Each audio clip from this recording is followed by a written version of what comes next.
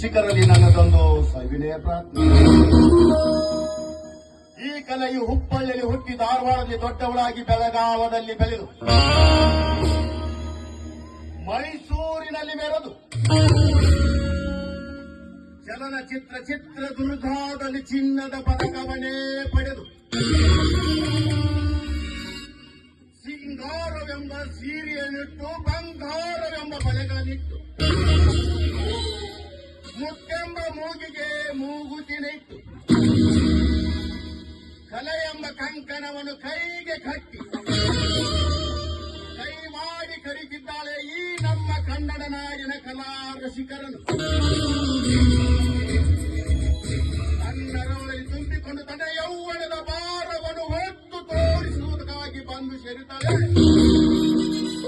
ಈ ನಮ್ಮ ಬೆಳಗಾವಿ ಜಿಲ್ಲೆ ಗೋಕಾಕ್ ತಾಲೂಕಿನ ಬಗ್ಗೆ ಕುಂದರ ನಾಡಿನ ಕುಂದರಿಗೆ ಶ್ರೀ ಅಡವಿ ಸಿದ್ದೇಶ್ವರರ ಜಾತ್ರೆ ನಿಮಿತ್ತವಾದ ಈ ಕಲಾ ಮಂದಿರದಲ್ಲಿ